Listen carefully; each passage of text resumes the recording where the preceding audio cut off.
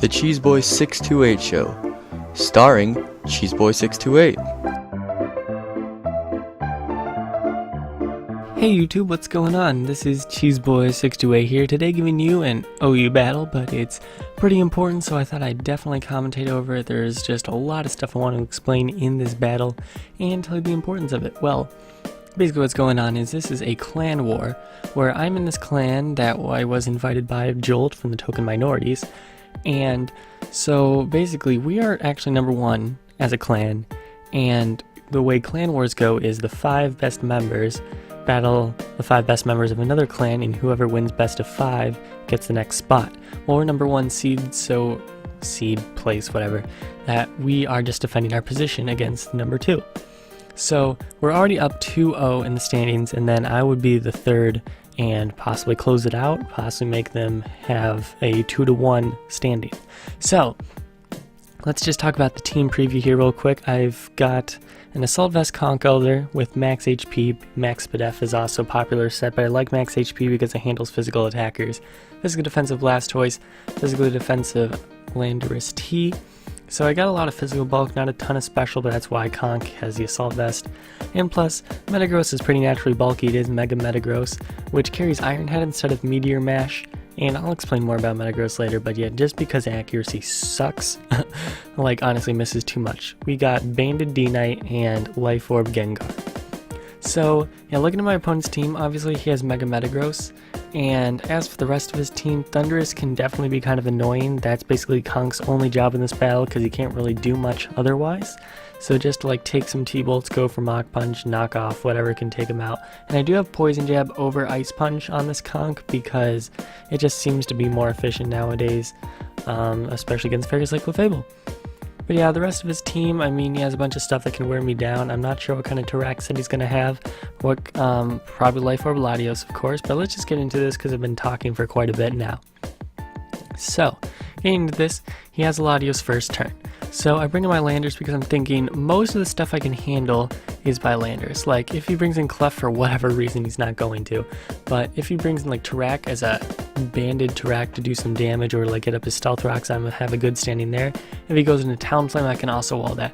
But he goes into Latios, and I have very little that wants to take Draco, except for my standard Lati switch in is Metagross, because it can waltz dual stab, and they typically don't carry HP Fire, especially with how base 110s are very popular nowadays. So I'm definitely going to switch out right now to Metagross, because that's kind of just the staple here. So I can go to Metagross here, and as I do that, he goes into his Tarac, and I'm wondering if he's banded Tarac and he goes for EQ, that could do a ton of damage. Not sure how much it would do, as I didn't do a calc, but I'm thinking it's not my best interest to stay in when I have a Landorus. It's fully defensive, gets the Intimidate off, and I'll be fine. So he goes into Talonflame as they bring in Landorus. I'm in a very good position here. Very free to go for a knockoff, go for Stealth Rock or something. By the way, I do carry knockoff over Rock Slide or Stone Edge, which kind of sucks in this kind of scenario where I could easily knock out Talonflames at any time with this team, but I go for knockoff just for support. But I do get up my rocks, as now he switches out, goes into his Clefable, and I'm able to knock off his leftovers. So just from these first 4 turns, I'm in a very favorable position. I have rocks up while he has a Talonflame on the field, putting pressure on his Latios, and I knocked off leftovers of one of his most defensive mons that he has. Easily his most defensive, I'd say. So I'm in a very good position here.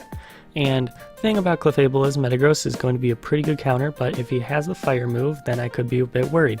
But Calm Mind is usually a popular set, so we'll see if he's going to be a sweeper or just a normal defensive set.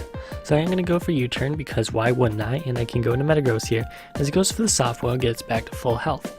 So I can easily get a free chance to Mega Evolve here, and I bring in my Mega Metagross, like I was saying, get the Mega Evolution and go for the Iron Head. Here's the thing, I carry EQ, Ice Punch, Zen Headbutt, and Iron Head. So EQ is going to do a very nice chunk to him. I get like a max roll while he gets a min roll. But what happens is, yeah, we're probably very similar sets. But the thing is, he still lives at 2%. It is a speed tie. Do I want to risk this? I really don't think it's my best interest in order to risk this if I lose Metagross, but then again, if he switches out, he'd have to go into Latios if he ever wants this to come back in again alive. But I just don't want to risk it right now, where I don't want to take a Earthquake. But what he does is he ends up going for the Ice Punch, because I was debating, I have known I was warned that PK is a pretty good predictor. So I knew that if I went into Landorus, that would probably be kind of disastrous, and I'd lose Landorus, and I'd really like it to handle his Tarak and his Talonflame. And since he went for the Ice Punch, that's obviously what he's predicting. That's why I went to Conkeldurr to be the middleman. So he's making some plays here on my Metagross already. Should have realized this, that he's going to be predicting pretty hard like I was warned. But I am playing pretty safe, which is kind of unfortunate. Here I'm able to freely go for the Mach Punch, so that is what I'm going to do as he goes into Clefable. I'm totally fine with this because this means his Metagross can't come back in again until rocks are defogged away. So he goes to Thundurus, as I have in my Metagross. At my range, there's no way I'm taking another T-Bolt, so I don't want to stay in. He could also go for HP Ice, but he already knows at this point that my Landorus is defensive, so I don't see him ever needing to go for HP Ice unless my Landorus is already in. So I go to Conk to take this T-Bolt. I don't take it as well as I could if I was fully special defensive, as some friends that were telling me afterwards is like, you have to do fully Spit F, but it's like, I really think the HP investment is a lot more important in general. Plus, I think it would be a 2-hit KO at this range anyway.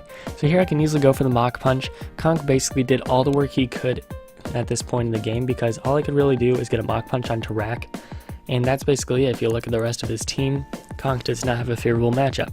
So he gets one more switch in after this with 2 Life Orb hits if he decides to switch out now, which makes sense as I bring in my Banded D-Knight. And here's the thing. E-Speed is so obvious. He has 1 resist. I was not expecting for Tarak to take this as well as it did, as it only did 25%, so I was really confused. I'm like, does it have HP investment? I don't know. I still haven't done a calc to this day, but could have went for EQ there easily. Probably would have been the best play there, so I'm kind of regretting that because Tarak easily gets to live another day. But I'm not worrying about it too much because I have the Landorus here. But here he reveals the Stealth Rock, so that was kind of unfortunate because now I know this is a Stealth Rocker and Stealth Rocks are up. Clefable also could have been it if it wanted to. I've seen sets with it before. I mean, Metagross even? No, but so now the rocks are up. That kind of sucks because that really cripples D-Knight's multi-scale, obviously. And so I'm going to have to make some plays if I really want to build up from here. Getting some nice leftovers, which is great. But yeah, here he sacks his Metagross. That's pretty nice, but he still has some pretty fast pokes on his team here. So I'm kind of worried. He goes into Latios. Here's the thing. There's no reason for him to defog right now. No reason at all. I know he's going for Draco because that's going to 2-hit KO, if not KO my Metagross, and kill anything else on my team with 2-hit KO, as well as my Blastoise. So I need to pick something to sack here. I feel if there's going to be speed ties with my Gengar and my Metagross, Metagross is the better one to come in after the Aftermath, because that way I could live a Draco, go for some kind of hit. He can attack Gengar, but at -2 I feel like a Psyshock could take me out from that range. I don't want to sack Landorus because it's my physical wall that matches up good against his Tarak and his Talonflame. And then I don't want to lose D-Knight, as it can be pretty valuable late game, I'm sure, with E-Speed, sweeping, etc. So I do decide to sack my Gengar here. And I was kind of criticized about that, but I feel that was the most expendable mon on my team at this point. This gives me a free switch in my Mega Metagross. I can easily go for the Ice Punch. I was thinking about going for Iron Head, and I actually was like pausing to do a calc for it. That's why he has dots here at the other side that he can't see. But yeah, I was thinking, I'm like, how much does Iron Head do at this range? But yeah, I didn't have enough time, or Showdown lag kind of made Ice Punch happen. Either way, that play does happen. Now here I feel is one of the biggest plays of the game. He has a Thundurus with 2 potential Life Orb hits. So what I'm thinking of doing here is I'm going to die to a T-Bolt.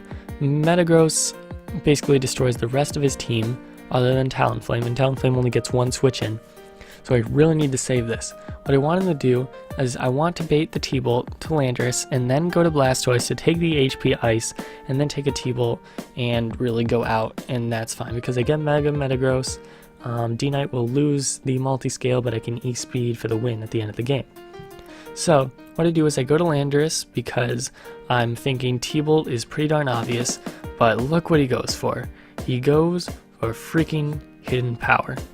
And this is just really crucial, and it's really unfortunate because I just did not think he was going to be going for that. It didn't make sense to me because my Landorus is obviously defensive, he's Life Orb, he's way faster, There was no reason for him to go for HP Ice at that point. If I stayed in with Metagross, would have killed off his Thundurus, only taken very minimal damage. Mega Metagross would still be able to live another day. This Thundurus would be gone, and just really unfortunate that that kind of series of plays happened. Just didn't make sense to me. So here I get a free switch into D-Knight and press E-Speed as he goes into Rack once again. Now this, I definitely felt, if I'm going to go for E-Speed, I'm definitely going to still go for it, because at this point, he lost his Defogger, his Thundurus is going to go down, no matter what, but I guess he's saving it for Death Fodder, so that's this current situation. Now at this range, you can see E-Speed's doing around 27. If Tarak comes back in with Stealth Rock, he might just barely live E-Speed, but we'll see.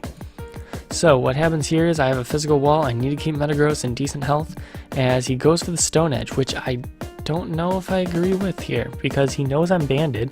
He can go for CC. It's guaranteed damage on my team.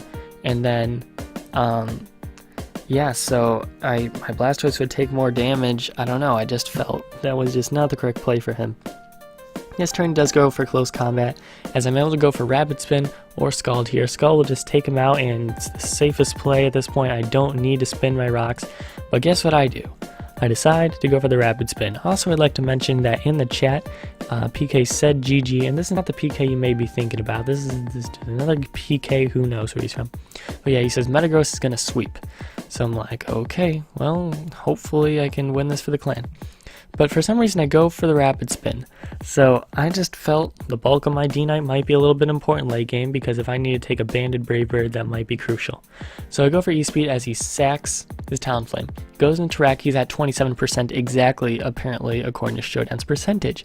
So I'm thinking, okay, well, I can't switch out at this point. If he goes for close combat, it's definitely GG. I cannot risk it. I have to risk it. I have to go for E-Speed, try to take him out. So I go for it, and I am able to take him out thanks to Stealth Rock and all that greatness. Now here's the thing. I still don't know what this Clefable set is. I can go for E-Speeds constantly, sure, or I can go for EQ. It's just, with a banded Dragonite, I don't have many options at this point. As if I go into Metagross, he hasn't revealed the Flamethrower yet. You'd really think he would have revealed that earlier, or the Fire Blast. And I know he's leftover, so I definitely know he's some kind of either defensive or that he's a sweeper set. So I could go to Metagross here, take the Moonblast, go for Iron Head, have Talonflame revenge me, GG. But what I do is I go into Metagross and he reveals the Flamethrower, and that's basically the game, because now Dragonite is able to go for E-Speed, does 38%, and that's just it, because now I can go for E-Speed, won't kill, I don't get the crit. Probably would have killed if I got the crit, and that would have been crazy, but he's able to take me out in 2 Moonblasts. So here's the thing. There were so many 50-50s this game, and it was just really unfortunate that I lost most of these 50-50 matchups. So at the end, you may be thinking, hey Cheese, if you just kept E-Speeding, you still had a chance to win.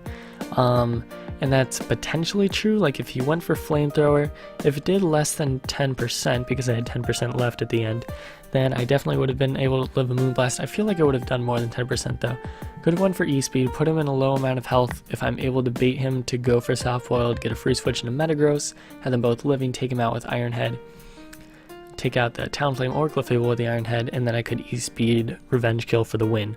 But the thing is, I didn't know if he had Flamethrower or Fire Blast, and it was just not the greatest matchup even then for me. I felt the most, like that was my last hope there if I really considered that, but I just hoped that he didn't have Flamethrower or Fire Blast. Yeah, the most crucial play was definitely Thundurus versus Metagross.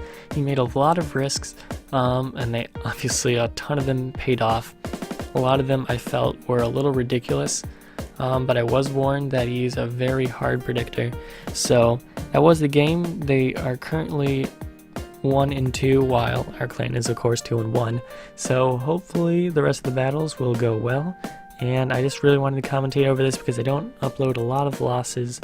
I want to reveal that I'm certainly human and I definitely lose a decent amount. But I wanted to give this analysis because I thought I've been thinking about this for a couple of days, so I definitely know the ins and outs of this entire battle. Wanted to show you my thought process, what was going on, and I hope you guys enjoy. So, hope you guys appreciate it. Stay tuned for more uploads, and thank you all for watching. Like, comment, sub, until later. Peace.